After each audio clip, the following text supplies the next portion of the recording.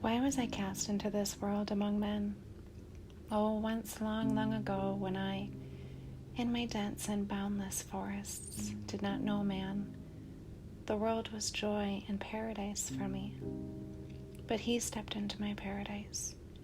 He, cruel, brutal, and arrogant man.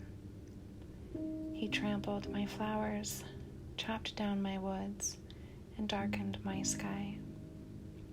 And this he transformed my paradise into hell. Oh, I do not hate him for this reason, but I rather feel sorry for him. I feel sorry for him because he has no feeling for paradise.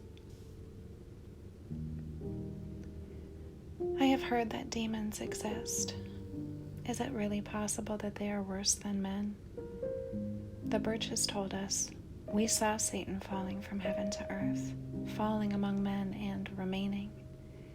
He, the one who fell away from heaven, has declared, "It is very pleasant for me among men, and I have a paradise of my own, men." I have been listening. The blue sky has been whispering to the black earth this eternal truth. On the day of judgment, men will have to give an answer for all the torments, for all the sufferings, for all the troubles, for all the deaths of earthly beings and creatures. All the animals shall rise up and charge the human race with all the pains, with all the injuries, with all the evils, with all the deaths that it has caused them in its arrogant love of sin. Oh, have mercy on me, all good and all gentle one. Oh, save me from men, from cruel and evil men. In this way you will transform my world into paradise and my sorrow into joy. More than all that I love freedom. It consists of goodness, gentleness, and love. In evil, cruelty, and hatred, this is slavery of the worst sort. By being a slave to them, one is a slave to death. And is there any slavery more fearful than death? Men, these fabricators and makers of evil, cruelty, and hatred, led me away into such slavery. Man invented and made sin, death, and hell. And this is worse than the worst thing, more terrifying than the most terrifying things in all my worlds. With intelligence but without goodness and gentleness, man is a ready-made devil. I am a deer. I am the sense of sorrow in the universe. Every being drops dark drop after dark drop into my heart as soon as I approach him. And the dark dew of sorrow, like a fine, tiny stream, flows through my veins. And there in my heart, the dark dew of sorrow is refined into a pale bluish dew. Some magnetic power of sorrow runs through my being. Everything that is sorrowful in the world, that power irresistibly draws and stores in my heart. Therefore, I am more sorrowful than all creatures, and I have tears for everyone's pain. Do not laugh at me, you who are grinning. I am astonished by the knowledge that in this sorrowful world there are beings who are laughing. Oh, what a cursed and thrice accursed gift, to laugh in a world where sorrow seethes, pain boils, and death rages. What a damnable gift. On account of sorrow, I never laugh. How could I laugh when you who are grinning are so crude and cruel, when you are so evil and ugly? And you are ugly on account of evil, for only evil makes the beauty of earthly and heavenly creatures ugly. I remember, this earth was once a paradise, but now darkness has completely covered my eyes. Every which way I turn, there lies a thick gloom.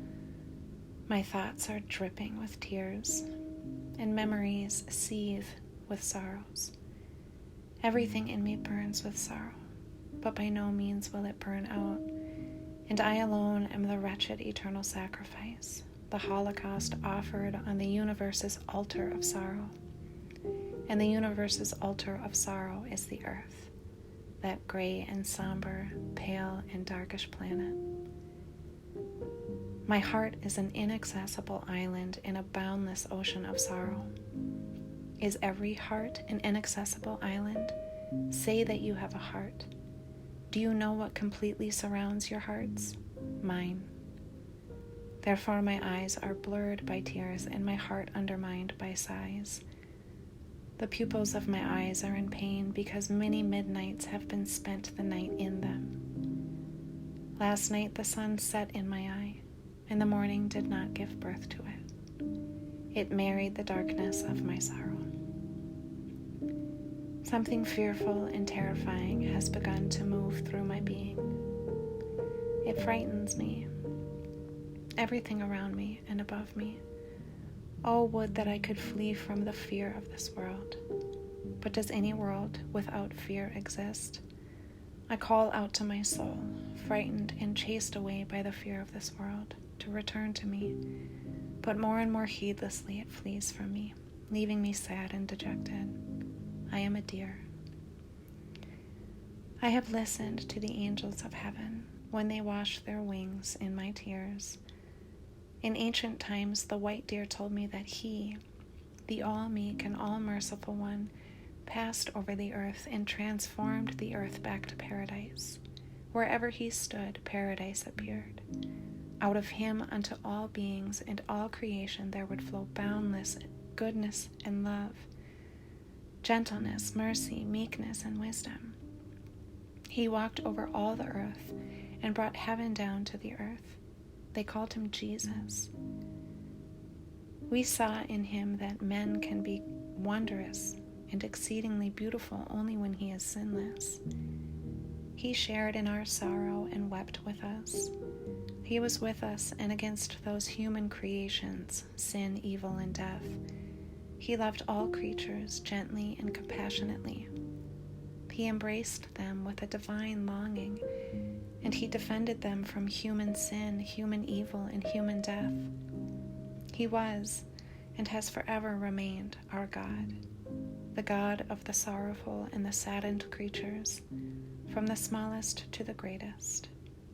He, our Lord and God, he, our sweet consolation in this bitter world which is passing, and our eternal joy in that immortal world which is coming.